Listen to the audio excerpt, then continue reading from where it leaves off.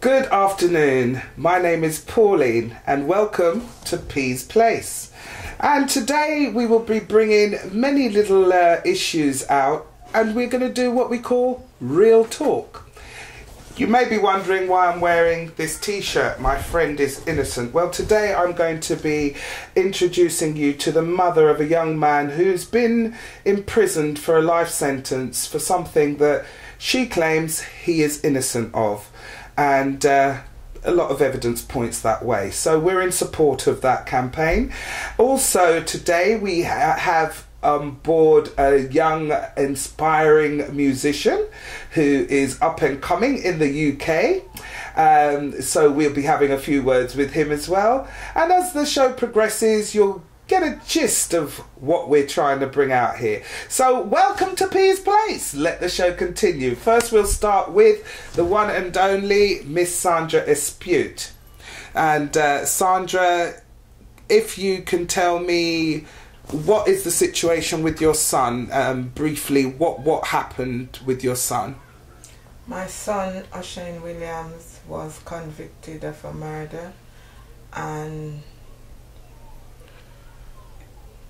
31st of August last year. Look at me. You're having a conversation. 31st of August last year, which he was found guilty. He was charged for murder, found guilty and sentenced for 10.5 years. Then the family of the accused appealed against it and to the High Court of Justice. His sentence was increased to 1.5, so he get 10.5 years. He get 12 years now. And his photo, his name and his address was released in the paper. And this is an underage young boy. He's just turned 16. Yeah. Yes. And I'm really stressed out and going through a very bad and hard time. So at the time of the murder, I mean, how did you become aware of his innocence? I mean, we understand that somebody had made a phone call and spoken to the person who actually did this murder, and there was actually a confession played through voice note on BB. Yes. And why was this information not used? Because the person that done the voice note is not willing to come forward to the police or to do a statement, and the police said it cannot be used as an evidence. So I'm really in a tight spot at this moment. Basically your son has got to sit in jail and serve time for a crime he didn't commit. Yes. Everyone's saying he didn't commit, am I right? Yes. And there's evidence and confessions from the person who did commit the murder. Yes. But the police are saying it can't be used. Yes. Unless there's a signature. Yes. Now, I'm reaching out to the people out there. How would you feel if it were you that was going down the road, whatever the situation, case scenario, somebody gets killed, you know it's not you, but you're the one who's been given a 12-year sentence, a life sentence with the advice that you serve no less than 12 years. How would you feel to sit in jail for 12 years for something you didn't do for the sake of a load of red tape and protocol? Because that's what it boils down to. The actual murderer has confessed on a BB voice message that he recorded, he sent from his phone. So It's not like someone interrogated him, no one bullied him. This was a voice note message sent from his phone to someone else's phone.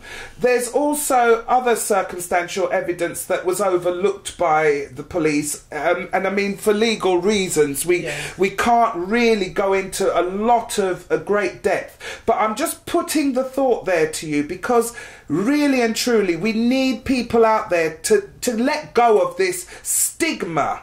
And that's what it is. It's a stigma in pharma. You know? Snitch. Grass. All of those words that come into getting to the roots and the bottom of who really committed a crime. You know? Now, personally, if that was my son, I, like Sandra, would be putting out there. I would be going absolutely frantic trying to find the right culprit, the one who is actually guilty of having my son placed in jail for something he didn't do. So the culprit out there, if you're watching, please, we want you to come forward. Takes a real man to admit that he's wrong. And to those out there that might be saying, oh, they're talking a load of rubbish, turn the clock and turn the books around.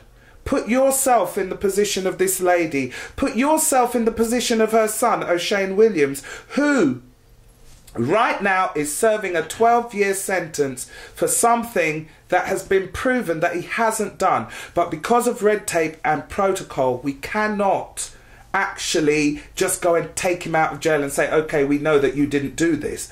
It's got to be somebody to sign a paper to say that this is the case.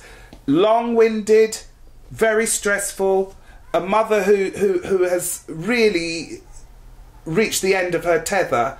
And I must say, Sandra, you're looking absolutely smashing today, and I know you've had to go to great efforts to try and lively yourself up, but it's you know, you do look lovely, and keep that grace, keep that element of grace, because I can see within you that, you know, you are trying and you are reaching out there and you are doing your best, you know, and it shows that victim support goes on both ways. It's not always just about the person who is deceased.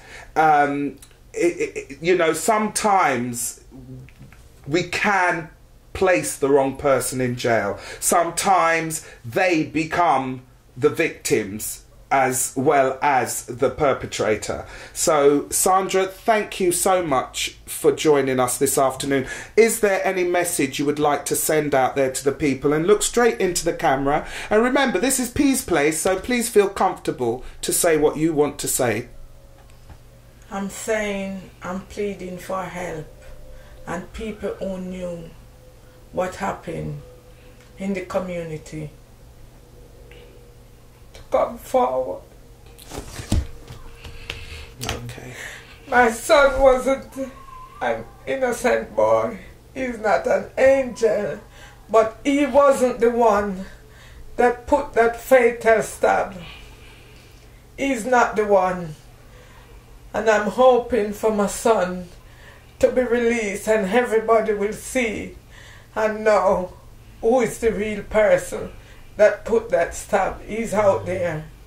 And I'm pleading for people who knew to come forward. Thank you.